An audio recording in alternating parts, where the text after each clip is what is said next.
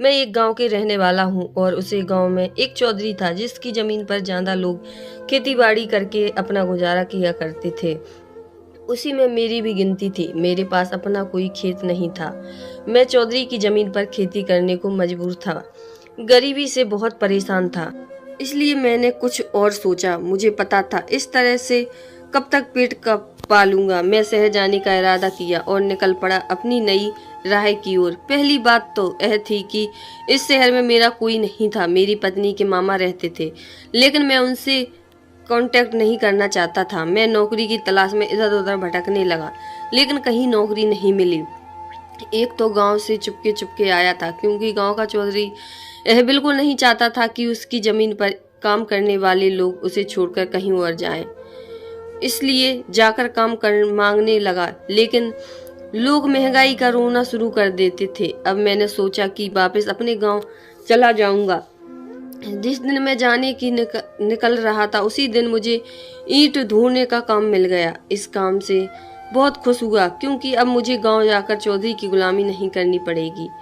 इसके बाद इस काम से तंग आ रहा था, क्योंकि इसमें मुझे बहुत कम मजदूरी मिलती थी। बड़ी मुश्किल से मेरा गुजारा हो पाता था। अब मैं ज्यादा पैसे कमाने का जरिया ढूंढने लगा। एक दिन मेरी मुलाकात दीपक नाम के आदमी से हुई। सिलसिले में हम लोग मिलते थे। अब हमारी दोस्ती भी हो गई थी और मैं उसके काम घर भी जाने लगा। दीपक भी ठेकेदारी का काम करता था।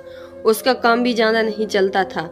जिस हिसाब से उसकी ठाट बाट थे, लगता था कि वह बहुत पैसे वाला है, लेकिन उसके पास ही पैसे आते कहाँ से थे। उसके ऐसो आराम देखकर मुझे हैरत होती थी। मैं यह चाहता था कि वह भी मुझे अपने कारोबार में शामिल कर ले, ताकि मैं अपनी जिंदगी सुकून से गुजार सकूं।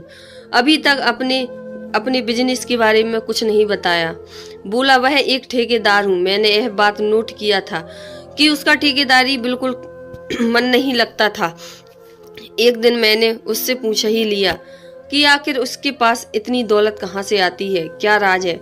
फिर उसने मुझसे ऐसी बात बताई जिसे सुनकर मेरे होश उड़ गए। उसने मुझे बताया कि लड़कियों की नौकरी दिलवाने के बहाने उन्हें कोठे पर बेच देता हूँ। मेरे माथे पर पसीना निकलने लगा, जिसकी उसे पैसे मिलते हैं। इस काम में इस कदर पैसा है कि वह अपनी जिंदगी इतनी ऐशो आराम से गुजारता है। उसने मुझे भी अपने साथ काम करने का ऑफर दिया। अभी मैं तो इसी बात से हिला हुआ था कि यह कितना गंदा काम करता है, ऊपर से गैर कानूनी है।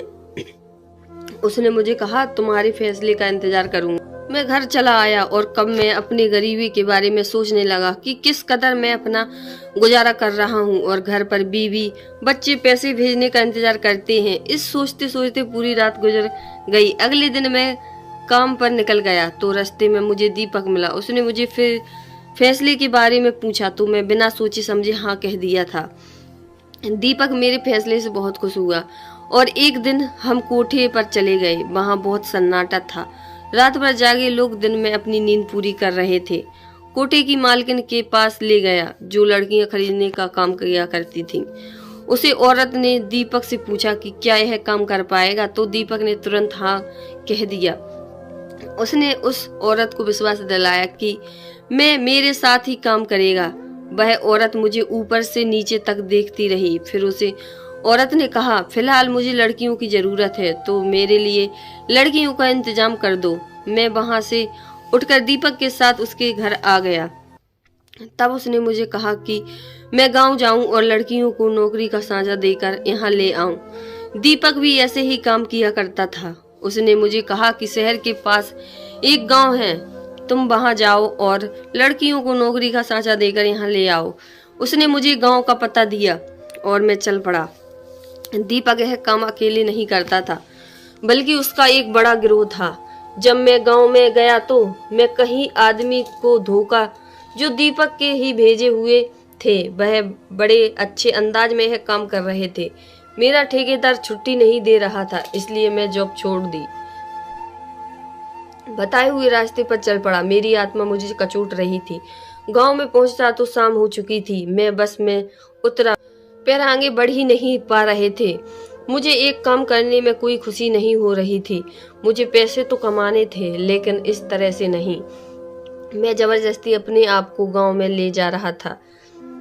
सामने से एक टैक्सी वाला आता दिखाई दिया। मैंने उसे रुकवा लिया और खामोशी से किराया तय करके बैठ गया था। मैं रास्ते भर खामोश रहा। टैक्सी वाला अपनी गरीबी की दास्तां सुनाना शुरू किया।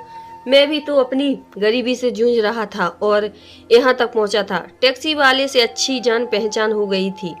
उसने मुझे अपना मेहमान बनाने का ऑफर दिया, क्योंकि शहर से आने वाले लोगों का सहारा चाहिए होता।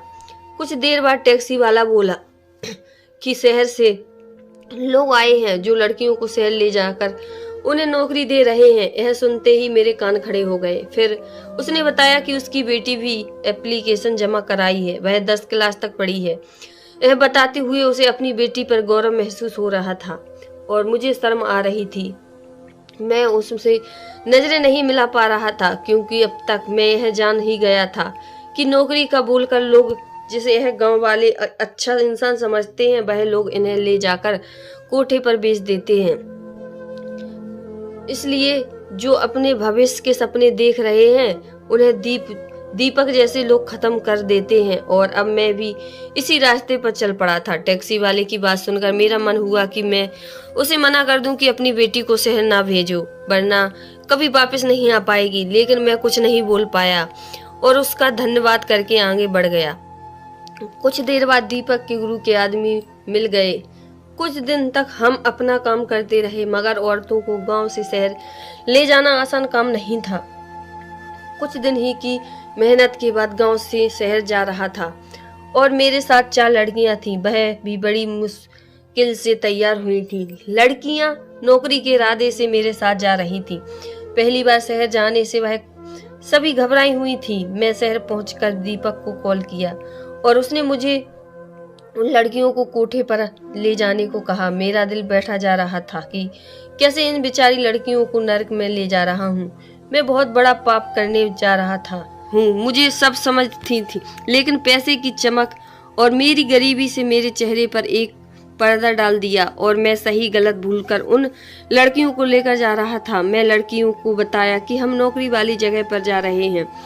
इस सुनकर वह बहुत खुश थी, लेकिन आने वाले तूफान के बेखबर थी। उन 4 लड़कियों में एक लड़की टैक्सी वाली की थी।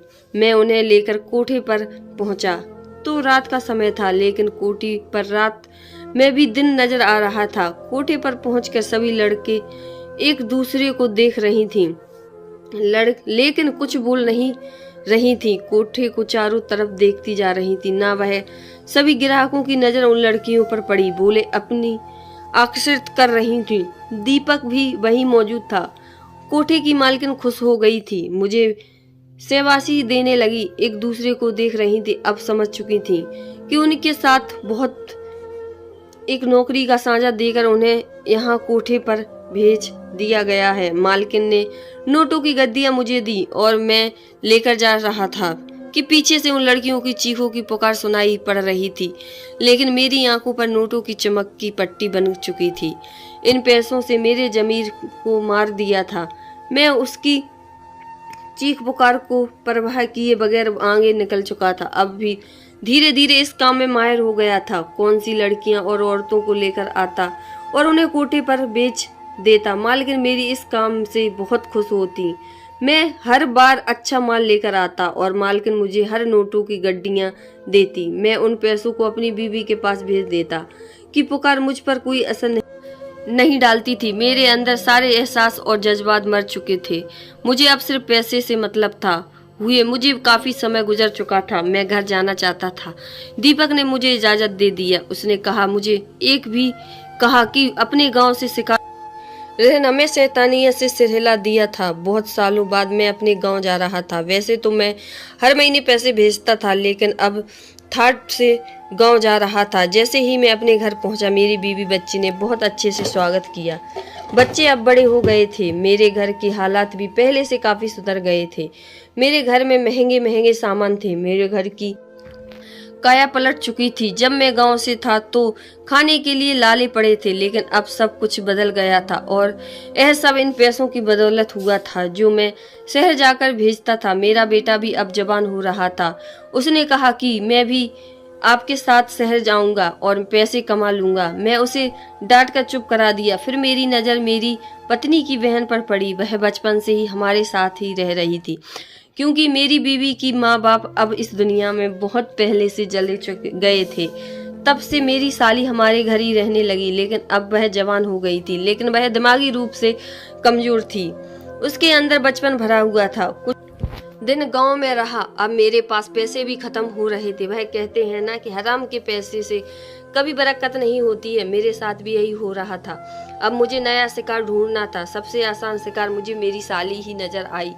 मेरे शैतान दिमाग में है आने लगा, क्योंकि वह बेहद खूबसूरत थी। उसे जो देखा पागल हो जाता था। बहुत सालों से यह मुझ पर बोझ बनी हुई थी। पहले ही क्या कम खर्च थे जो इसने और बढ़ा रखे थे। मैंने यह सोच लिया था और मेरी पत्नी को शीशे में उतारना था, क्योंकि वह बहुत सिंपल आम सी लड़की थी, ज्यादा दिमाग नहीं लगाती थी। एक दिन मैंने अपनी पत्नी से कहा कि तुम्हारी बहन का दिमाग का इलाज शहर में हो जाएगा। वहाँ बड़े काबिल डॉक्टर हैं जो इस तरह के लोगों का इलाज करते हैं। वह भी झूठ बोला कि कई लोगों को अस्पताल से ठीक होकर देख है। मेरी बात सुनकर मेरी पत्नी सच में पड़ गई, क्योंकि वह अक्सर अपनी बहन को लेकर परेशान रहती थी। उसका क्या होगा? अब जवान हो गई थी, लेकिन उसके दिमागी कमजोर की वजह से उसका कोई रिश्ता भी नहीं आता था। अपनी पत्नी को और शीशे में उतारना शुरू किया। मैंने कहा कि शहर में घूमेगी फिरेगी तो उसकी सेहत अच्छी हो जाएगी। मेरी बात पर भरोसा करके मेरी पत्नी अपनी बहन को मेरे साथ भेजने को तैयार हो गई थी। यह काम इतनी आसान हो जाएगा यह मैंने सोचा नहीं था। कुछ ही दिन बाद मैं अपनी साली को लेकर रवाना हो गया। अपनी बहन को दूर जाता हुआ देख पत्नी फूट फूट कर रोने लगी, क्योंकि उसने अपनी बहन को अपने बच्चों की तरह पाला था, उसकी हर जरूरत पूरी करती थी। लेकिन अब मेरी पत्नी यह नहीं जानती थी कि मैं उसे शहर ठीक करने नहीं बल्कि उसे बेचने ले जा रहा हूँ। अगर इस बात का जरा सा भी भनक लग जाती तो वह मुझे पुलिस के हवाले कर देती। अपनी साली को लेकर बस में सवार हो गया। रास्ते पर वह खेत खलियान देखकर खुश हो रही थी और मुझे बहुत सवाल कर रही थी, लेकिन मैं उसकी बात का जवाब नहीं दे रहा था। उल्टा उसके सवाल मेरा दिमाग खराब कर रहे थे। मैं यही सोच रहा था कि जल्दी से इस मुसीबत से छुटकारा मिले। शहर पहुंचते ही हमें शाम हो गई थी। चाहता था कि मेरी साली हमेशा के लिए मेरी जिंदगी से दूर हो जाए। मैं अपनी साली को लेकर दीपक के घर की तरफ बढ़ गया। उसने मुझे देखा और साथ में एक लड़की, तो उसे लगा कि मैं किसी लड़की को नौकरी का सांचा देकर लाया हूँ। लेकिन जब मैंने उसे बताया कि मेरी साली है और मैं इसे बेचने लाया हूँ, तो वह मुझे देखकर हक्का बक्का रह गया। उसे यह भी बताया कि उसकी दिमागी हालत ठीक नहीं है, तो उसने मुझे एक काम करने से मना किया। लेकिन दीपक के सामने हाथ पैर जोड़े तब वह मान गया। फिर मैं और दीपक उसे लेकर कोठे पर पहुंचे। मालकिन साली को देखकर बहुत ही खुश हो गई, लेकिन जब मैंने उसे मेडिकल कंडीशन बताया तो वह इसे लेने से मना कर दी।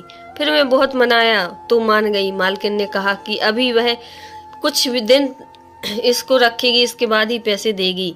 मैं हाँ कह दिया। मैं उसे छोड़कर आने लगा तो वह भी मेरे साथ आने जिद करने लगी। फिर बाद में तेज आवाज में रोने लगी, लेकिन मैं उसकी परवाह किए बिना ही दीपक के साथ घर चला आया। अब मैं यह सोच रहा था कि एक काम और करना है मुझे अपनी पत्नी को। अगली सुबह हुई तो मैं अपनी पत्नी को फोन किया और उसे कहा कि जब हम बस स्टैंड पर उतरे तो वह पीछे से कहीं चली गई। मैंने उसे बहुत ढूंढा, लेकिन उसका कहीं कुछ पता नहीं चला। मैं अभी भी उसे ढूंढ रहा हूँ। मेरी बात सुनकर मेरी पत्नी जोर जोर से रोने लगी। मेरे बच्चे भी अपनी मौसी के लिए रो रहे थे। पूरा घर पागल हो रहा था। यह कोई नॉर्मल बात नहीं थी कि एक लड़की शहर में गुम हो गई। मैंने अपनी पत्नी से वादा किया कि उसे ढूंढ लाऊंगा। मैं अब आराम से लेट गया, लेकिन हर घंटे मेरी पत्नी का फोन आता। यह बताते बताते थक चुका था कि उसे अभी ढूंढ रहा हूँ। मेरी पत्नी अपनी बहन के लिए पागल हो रही थी। मैंने एक रास्ता निकाला कि अब फोन अपना बंद कर लिया। उसके सवालों से राहत मिल गई। कुछ दिन में इंतजार किया कि मालकिन अब कब फोन आएगा कि पैसे आकर ले जाओ। लेकिन 2 दिन के बाद मैं दीपक के साथ कोठे पर चला गया और वहां सब मुझे घूर रहे थे। मैं समझ नहीं पा रहा था। तभी मेरे पैरों तले से जमीन खिसक गई जब मैं अपने बड़े बेटे को सामने देखा और अपनी पत्नी बैठी थी। चारों तरफ पुलिस घूम रही थी और मुझे रूम को पकड़ कर ले जा रहे थे। मालकिन का भी कहीं कुछ पता नहीं चल रहा था। शायद वह भी पुलिस के हाथ आ गई थी। मुझे नफरत से देख रहे थे और यह सब हो पाया मेरी पत्नी के मामा के वजह से, जो एक वकील है। जब मैं फोन पर बताया था तभी मेरी पत्नी ने यह बात अपने मामा को बता दी थी और उन्होंने मेरी पत्नी को यहाँ बुला लिया था। 2 दिन में अपनी पत्नी को फोन नहीं उठाया, बंद कर दिया था। अगर मैं उससे बात करता तो मुझे आज यह शर्मिंदगी नहीं उठानी पड़ती। मेरी साली भी अपनी बहन के साथ बैठी थी और मुझे गुस्से से देख रही थी।